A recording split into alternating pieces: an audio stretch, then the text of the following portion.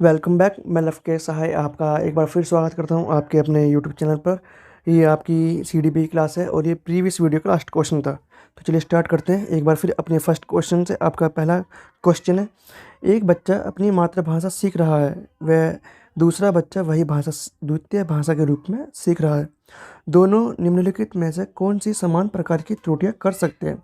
पहला है अधिकाधिक सामान्यकरण, दूसरा सरलीकरण, तीसरा है आपका विकासात्मकता और फोर्थ ऑप्शन आपका अत्यधिक संशुद्धता। तो यहाँ पर जो आपका ऑप्शन नंबर थर्ड है विकासात्मकता, ये बच्चा यहाँ पर जो गलती कर सकता है। ठीक है, नेक्स्ट क्वेश्चन है आपका, बच्चे उसी वातावरण में सीख सकते हैं जहाँ उनके अनुभवों एवं भावनाओं को उचित स्थान मिले, उन्हें खेलने का मौका मिले, उन्हें मित्र बनाने का मौका मिले, कड़ा अनुशासन हो। तो यहाँ पर जो आपका फर्स्ट जो ऑप्शन है वो ठीक होगा, क्योंकि बच्चों के अनुभव बहुत ज़्यादा मैटर करते हैं, या किसी भी व्यक्ति का अनुभव ज़्यादा मैटर करते हैं। ठीक है ना, तो यहाँ पर जो आपका फर्स्ट ऑप्शन है वो ठीक होगा।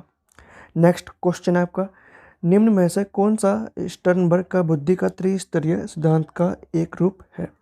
पहला है व्यवहारिक बुद्धि, दूसरा प्रायोगिक बुद्धि, तीसरा संसाधन पूर्ण बुद्धि और फोर्थ है आपका गणितीय बुद्धि। तो यहाँ पर जो आपका ऑप्शन नंबर फर्स्ट है व्यवहारिक बुद्धि सही होगा। नेक्स्ट क्वेश्चन है आपका, पूर्व विद्यालय में पहली बार आया बालक मुक्त रूप से चिल्लाता है। 2 वर्ष पश्चात वही बच्चा जब प्रारंभिक विद्यालय में पहली बार जाता है तो अपना तनाव चिल्लाकर व्यक्त नहीं करता, अपितु उसके कंधे व गर्दन की पेशियां तन जाती हैं। उसके इस व्यवहारिक परिवर्तन का क्या सैद्धांतिक आधार हो सकता है? कुल मिला के बात यह है कि कोई बच्चा जब वो छोटा था, बहुत छोटा था, तो वो अपना जो गुस्सा है बच्चे चिल्लाकर व्यक्त करते हैं, लेकिन जैसे वो बड़े होते हैं, जब वो स्कूल जाने लगते हैं, ठीक है, नर्सरी KG हो गया, फिर आपका जो फर्स्ट सेकंड क्लास हो गई, तो वहाँ पर क्या होता है, जब बच्चे को गुस्सा आता है, ठीक है, तो वो अपना जो गुस्सा है, वो तनाव है, उसे चिल्लाकर व्यक्त नहीं करते। उसे आप उसकी बॉडी लैंग्वेज देख सकते हो कि उनकी हड्डियाँ जो मांसपेशियाँ वो तन चुकी है, ठीक है ना, हाथ पर टाइट से हो चुके हैं उनके, आप ये देख सकते हो। तो वो किस सिद्धांत को, मतलब किस सिद्धांत पर ही आधारित है, आपको ये बताना है। तो यहाँ पर जो आपका ऑप्शन नंबर, पहला ऑप्शन देख लेते हैं। पहला ऑप्शन आपका विकास क्रमिक प्रकार से होता है, विकास निरंतर होता रहता है। थर्ड ऑप्शन आपका अलग अलग लोगों में विकास भी भिन्न रूप से होता है। और फोर्थ ऑप्शन आपका विभेद व एकीकरण विकास के लक्षण है। मतलब फोर्थ ऑप्शन आपका यहाँ पर ठीक होगा। ठीक है, विभेद और एकीकरण का जो सिद्धांत है इसको फॉलो करते हुए बच्चा ऐसा दर्शा रहा है। ठीक है, नेक्स्ट क्वेश्चन है आपका, निम्न में से कौन एक सुमिलित नहीं है? जो सुमिलित नहीं है आपको वो बताना है। एक कारक सिद्धांत किसने दिया? टर्मन ने दिया। दूसरा ऑप्शन आपका तरल तथा ठोस बुद्धि सिद्धांत थॉर्नडाइक ने दिया। थर्ड ऑप्शन आपका द्विकारक सिद्धांत स्पीयरमैन ने दिया। और फोर्थ ऑप्शन आपका समूह कारक सिद्धांत थ्रस्टर ने दिया। तो आपको बताना है यहाँ पर कौन सा ऑप्शन ठीक होगा, मतलब जो मिला हुआ नहीं आपको बताना, तीन तो ठीक है। तो एक कारक सिद्धांत जो टर्मन ने दिया वो ठीक है आपका। ठोस और जो तरल बुद्धि सिद्धांत है थॉर्नडाइक, ये नहीं, ये इन्होंने नहीं दिया। और जो आपके बाकी के दो हैं वो भी आपके सही है। तो आपका जो गलत वाला ऑप्शन था वो थर्ड, वो सेकंड था। तो सेकंड आप गलत पूछा था, गलत आपका सेकंड ऑप्शन है। नेक्स्ट जो आपका क्वेश्चन है वो है, निम्नलिखित में से किस विचारक ने मैं और मुझे का सिद्धांत दिया? अब आपको बताना है किस विचारक ने मैं और मुझे का सिद्धांत दिया। पहला है आपका दुर्खिम, दूसरा है मिड, तीसरा लैमार्क और फोर्थ है आपका कुले।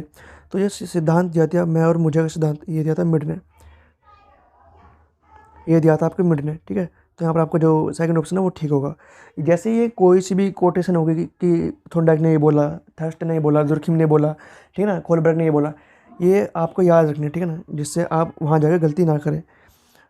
नेक्स्ट क्वेश्चन है आपका, किसी बच्चे में चिंतन का प्रमुख कारण है क्या हो, मतलब क्या है? समस्या समाधान करना चिंतन का प्रमुख कारण है, निर्णय लेने की क्षमता चिंतन का प्रमुख कारण है, या वातावरण के प्रति चैत्य समायोजन करने हेतु चिंतन का प्रमुख कारण है? तो यहाँ पर केवल ए ठीक है, ए और बी दोनों ठीक है, केवल सी ठीक है, या फिर आपका यहाँ पर ये सभी ठीक है। तो यहाँ पर जो आपका फोर्थ ऑप्शन है ये सभी ठीक है। ठीक है, चिंतन का ये प्रमुख कारण बताते वो तीनों ही, मतलब तीनों ही ऑप्शन आपके चिंतन के प्रमुख कारण है। नेक्स्ट क्वेश्चन है आपका, बालक के संपूर्ण व्यवहार की सृष्टि डैश और डैश की अंतःक्रिया द्वारा होती है। तो माता पिता के व्यवहार, माता पिता और, तो पहला ऑप्शन तो आपका होगा नहीं, ठीक है ना, थोड़ा गड़बड़ी है। दूसरा ऑप्शन आपका उसके मित्रों भाई बहनों के व्यवहार से होती है, उसके शिक्षकों अभिभावकों के व्यवहार से होती है अंतःक्रिया, ठीक है ना। और फोर्थ ऑप्शन आपका बालक के संपूर्ण व्यवहार की सृष्टि अनुवांशिकता और वातावरण की अंतःक्रिया के द्वारा होती है।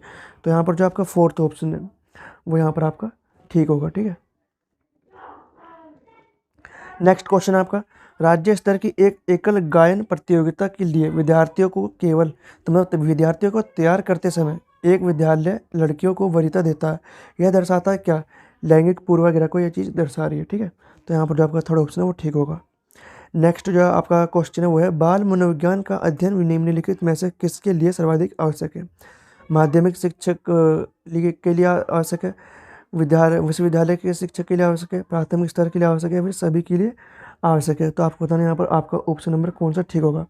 तो जो बाल मनोविज्ञान का जो अध्ययन है सबसे ज़्यादा किसके लिए इंपॉर्टेंट होता है? प्राथमिक शिक्षक के लिए। ठीक है, तो यहाँ पर आपका जो थर्ड ऑप्शन है वो ठीक होगा।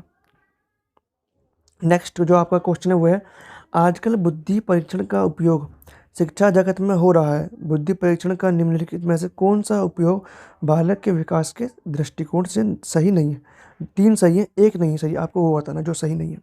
या तो आप ऐसा कर लीजिए कि जो 3 सही है उन्हें अलग निकाल लीजिए, या फिर आपको जो 1 सही जो नहीं है वो देख लीजिए। ठीक है, कुछ भी कर लीजिए आप। पहला शैक्षिक मार्गदर्शन, ये तो दृष्टिकोण से सही है आपका। ठीक है, दूसरा ऑप्शन है आपका, बुद्धि परीक्षण के परिणाम के आधार पर अधिक बुद्धि वाले बालकों पर अन्य बालकों की तुलना में अधिक ध्यान देना चाहिए। तो ये तो चीज़ गलत है ना, कि बच्चों के बीच में आप कंपेरिजन आप भेदभाव कर रहे हो। ठीक है, हम ये कह सकते हैं कि जिनमें ज़्यादा बुद्धि आप उनको ज़्यादा वरीयता दे रहे हो, या जिनमें कम बुद्धि उनको वरीयता नहीं दे रहे हो। तो ये चीज़ तो आपको नहीं करनी, और आपसे नहीं वाला पूछा था, तो आपका यहाँ पर सेकंड ऑप्शन नहीं वाला है, तो सेकंड ऑप्शन आपका ठीक होगा। थर्ड ऑप्शन आपका, अच्छी अधिगम प्रणाली के प्रयोग के लिए बुद्धि परीक्षण है, बिल्कुल ठीक। कि जैसे बच्चे के IQ पर हमें बुद्धि परीक्षण से पता चलता है, जो भी रिजल्ट आता है हम उसको देखकर पता लगाते हैं कि बच्चा औसत है, एवरेज है, ठीक है, या फिर वो नॉर्मल है, या फिर नॉर्मल नहीं है, या फिर नॉर्मल से कम है। तो उसी को देखकर हम बच्चे का जो टीचिंग मेथड है अपने, या फिर बच्चे को सिखाने के तरीकों में बदलाव करेंगे, अपनी पढ़ाने के तरीकों में। ठीक है ना, तो थर्ड ऑप्शन भी आपका ठीक है। फोर्थ ऑप्शन आपका, बुद्धि परीक्षण के आधार पर छात्रों का वर्गीकरण करना। तो ये भी चीज़ एक बार के लिए हो सकती है, हाँ ये वहाँ पर ठीक है, वर्गीकरण करें वो ठीक है, लेकिन वर्गीकरण इस आधार पर किया जा रहा है कि हम ज़्यादा बच्चे, कम बुद्धि के बच्चे, इनको पढ़ाना बेकार है, इन पर मेहनत ना की जाए, तो वो चीज़ गलत है। तो यहाँ पर आपका फोर्थ ऑप्शन भी ठीक है, थर्ड भी ठीक है, और फर्स्ट भी ठीक है। लेकिन जो सेकंड ऑप्शन है वो साफ साफ बोल रहा है कि जिन बच्चों की बुद्धि अलग है ज़्यादा, उन पर ज़्यादा ध्यान देना है। ठीक है, तो यहाँ पर जो आपका सेकंड ऑप्शन है वो ठीक होगा, मतलब गलत वाला जो है सेकंड है। नेक्स्ट क्वेश्चन है आपका, बच्चों में ज्ञान की रचना करने और अर्थ का निर्माण करने की क्षमता होना, इस परिप्रेक्ष्य में एक शिक्षक की भूमिका संप्रेषण और व्याख्याता की है, सुगमकर्ता की है, निर्देशक की है, या तालमेल बैठाने वाले की है? तो यहाँ पर आपको बताना कौन सा ऑप्शन सही होगा। यहाँ पर जो आपका ऑप्शन नंबर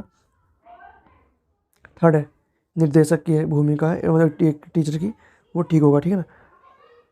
नेक्स्ट क्वेश्चन है आपका, बालक के समाजीकरण की प्रक्रिया कब प्रारंभ होती है?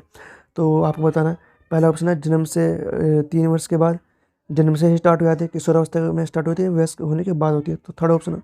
और फोर्थ ऑप्शन तो आपका होगा नहीं। यहाँ पर आपका जो सेकंड ऑप्शन है, जन्म से स्टार्ट हो जाती है बच्चे की समाजीकरण की प्रक्रिया। नेक्स्ट क्वेश्चन है आपका, परिवेश के प्रभाव मानव के दोनों चरणों में बहुत ही डैश और डैश महत्वपूर्ण है।